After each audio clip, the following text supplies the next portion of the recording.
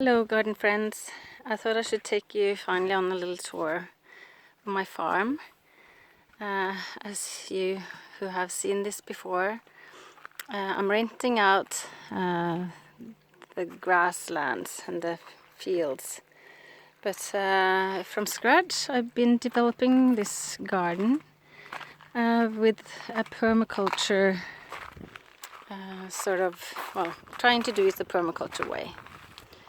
So I'll just show you my new greenhouse, which I'm really proud of. And thanks to my wonderful neighbor, Svein, and my daughter-in-law, Adriana, who helped me put it up. Wouldn't have been able to do it on my own. So this is going to be like an orchard or a food forest. I do have a mixture of edible plants. Even like in the archway here, I have beans. Maybe some people would have roses. I have beans. And look, looking good. And this is aronia hedge. Last year when I planted it in the spring, it was 4 centimeters tall. I mean, there was just nothing, you could hardly see it. And look, it's grown just tremendously. 4 centimeters, that's not even 2 inches. I'm trying to incorporate some flowers too, for beauty and for pollinators. And some things work really well, and some things haven't really, like you see the flowers here. Well, maybe next year.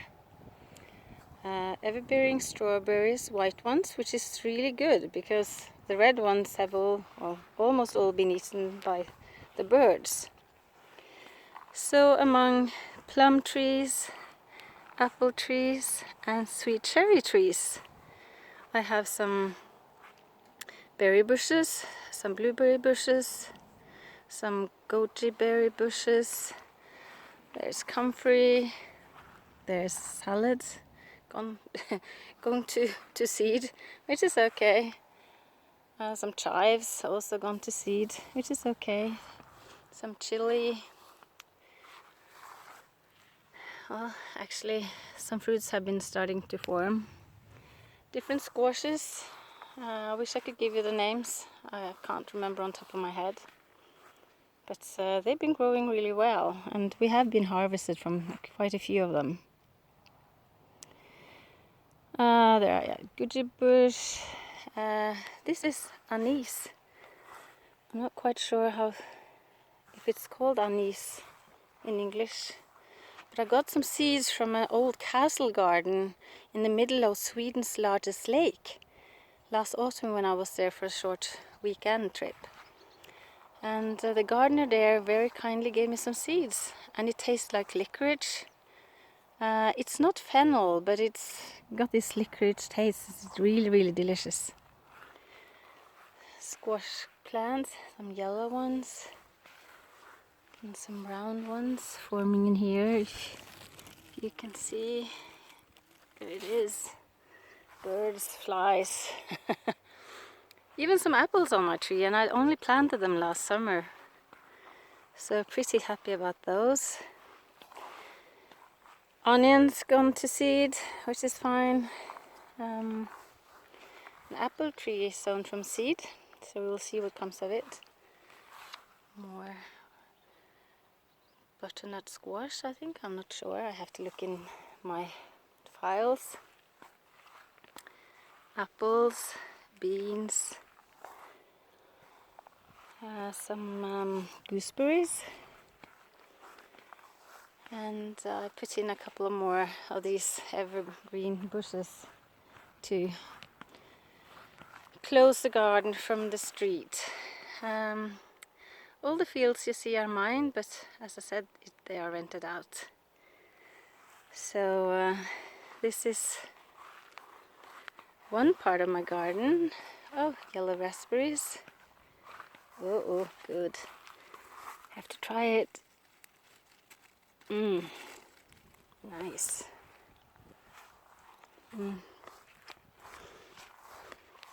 You can see the beans climbing as far as it can. And These are thornless blackberries, more goji berry, onions, some rhubarb, it's garlic here, beans, comfrey, and some flowers for just because they are beautiful,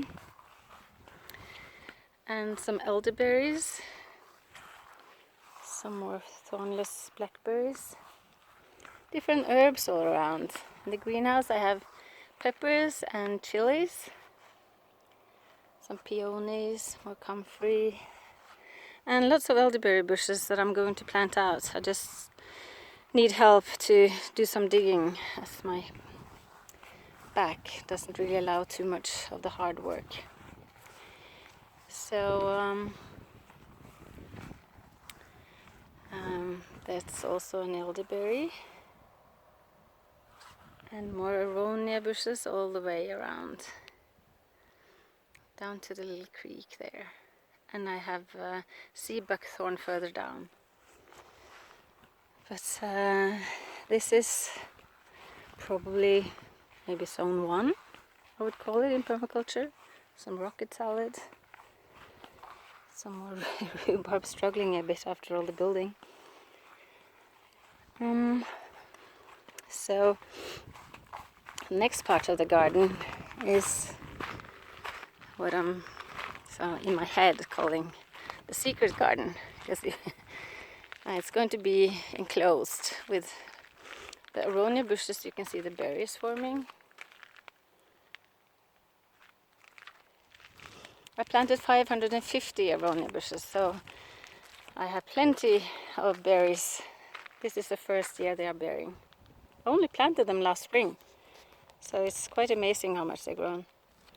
More of the anise, some sweet cherry, some different hazelnut bushes, more squash, blueberries, Jerusalem artichokes, also down there.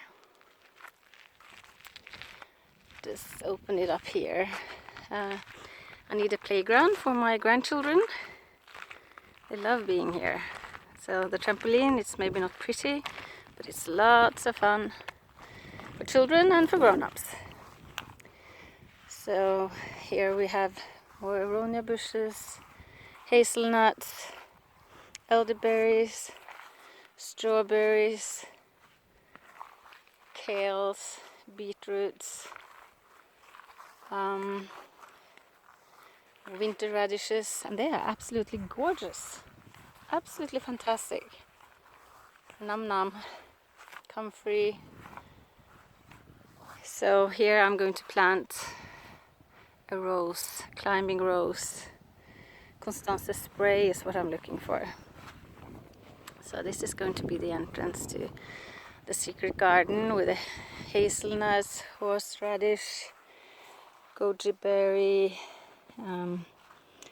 comfrey, squashes, zucchinis, and there's the pond that I'm building. And I started to use bentonite kitty litter, but I have to do some more work to get it. I need more kitty litter, and I need to put some stones on top of it. Yeah. So it's going to take some work, but it's going to be nice in the end. And I'm going to try not to use a liner. Stinging nettles, Jerusalem artichokes, goji berry, apple tree sown from seed, lemon balm,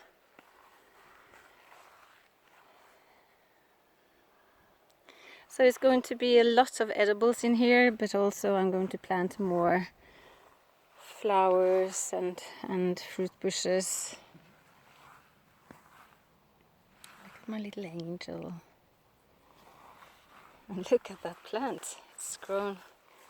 It's taking over the world. Some blueberries down here. And there's going to be another gate to go into the next garden, which I'm going to develop next year. At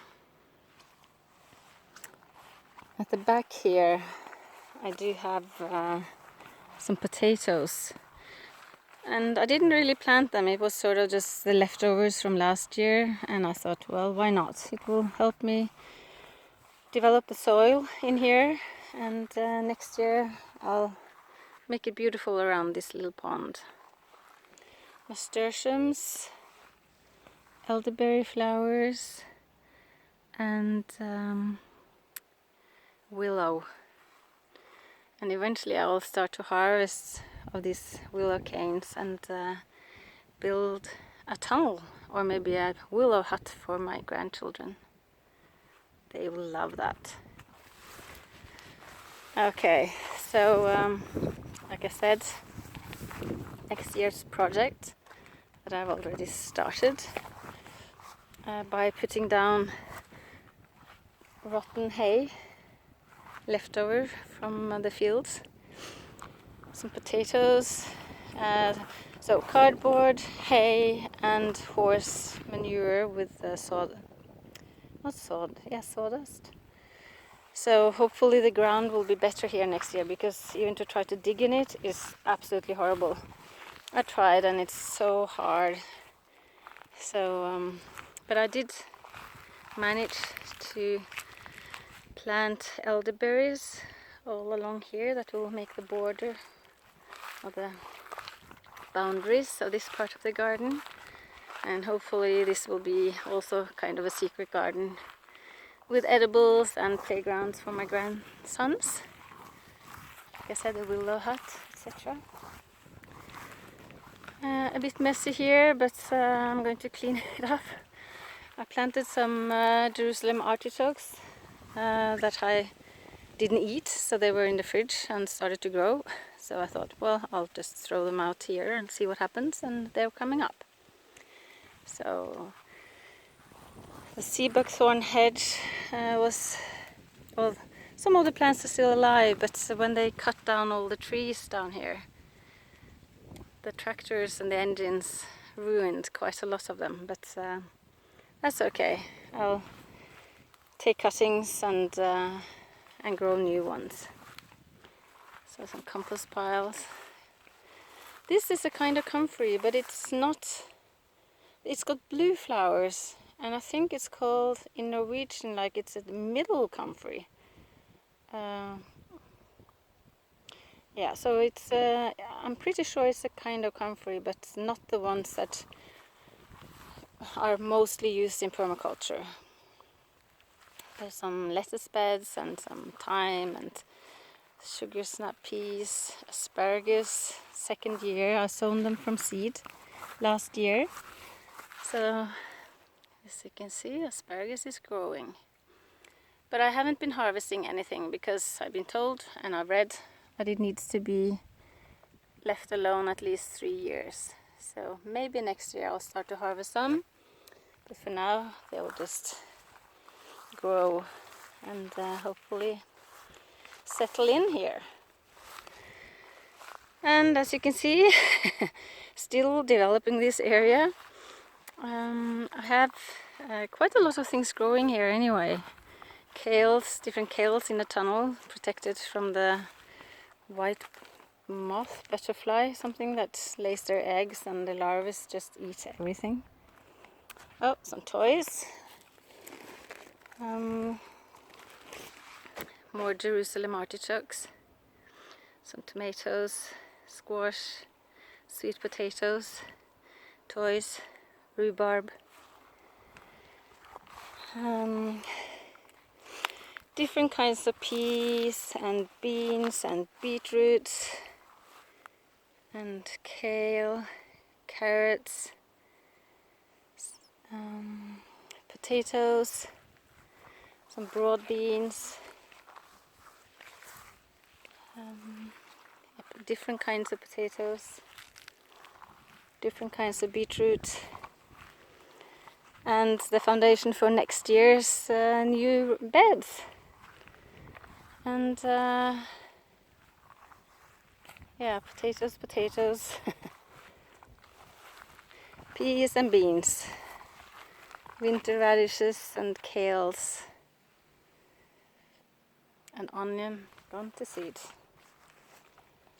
And here's one of the survivors of the sea buckthorn. There's a couple of survivors, but I need to replant all along here.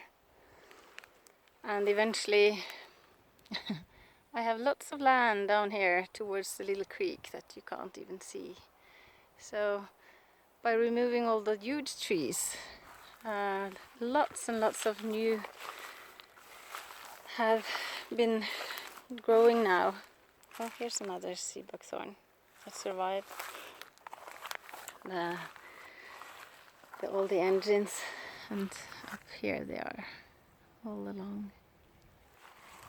So we have deer here, and moose and rabbits, different birds of course.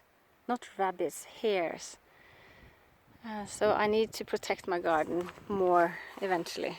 But for now I've looked at one YouTube channel called Edible Acres, and he uses potatoes to prepare new ground for new crops. So I have started to harvest some of the potatoes, although it's a little bit early here in Norway. But we had a family gathering yesterday, and they tasted good, those potatoes. So the winter radishes. So all this area, it's going to be developed, but it's only me. And with help of my good neighbors, it still takes some time. So, and I want to enjoy myself and not make it into a burden or anything. It's going to be joyful, and I do enjoy, and I enjoy harvesting all the food, oregano, and I enjoy seeing, you know, the labor turning into a beautiful garden. So so I have one more part to show you. Oh, this is actually grapevines. This is watermelon. No fruits on there yet, and probably it will be too late here in Norway, but I'll put it into the greenhouse and see what happens. More grapevines, basils in there. So I also have the plot next to the old house on the farm up there, and I have started to develop that as well. I'll show you, just hang on. We'll take a little walk through the horse manure and some compost piles where the potatoes have grown from just rubbish. Probably threw some potatoes out last year, and well, here they are. My beautiful angel. One of my neighbors. Playground. Lots of wild raspberries growing everywhere. Here's more Jerusalem artichokes.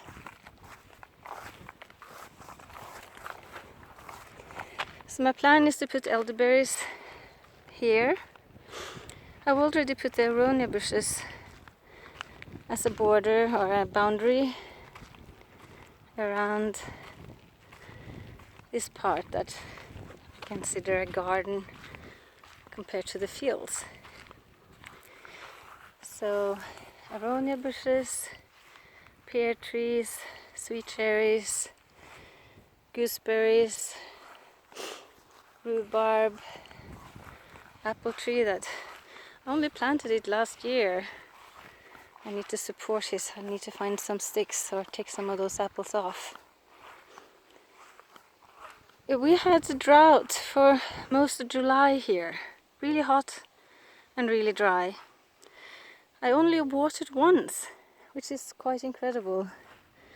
But I've used mulch, and when I dug the bed, I placed a lot of the dirt at the bottom, so it sort of collected a little bit of the rainwater, and also because there's a big difference between the night temperature and the day temperature. We have a lot of dew during the night and the morning, so I only washed it once or twice the whole summer. Some blackcurrants that survived from the old owners. I tried to help it a little bit, and it's thriving now. It's really, really good compared to what it was. It's a little bit more help. Another new pear tree that I planted this year. Gooseberries. The only plant that was here on this whole plot of land was this rhododendron. Otherwise there wasn't one flower, nothing. And I have to show you my grandchildren's play area. This is just magnificent. It's an old ash tree. And we have a theatre called The Animals in the Hakkebakke Wood, and where there is a fox who chases the mice, and the mice climbs up into the tree, and the fox who cannot climb sits down at the bottom, and I usually have to play the fox. So this is fun for young boys. They're only 1.5 and 4 years old, so they love it here. Well, that was the end of this tour. I wish you had seen what it looked like before I came here, because it was absolutely no garden whatsoever. And I moved here the summer 2 years ago, so I only had 2 summers to do this. And I had plenty more to do, but it is coming along. So thank you for watching, and bye from Norway, and with love from Mystic Dreamer. Bye bye.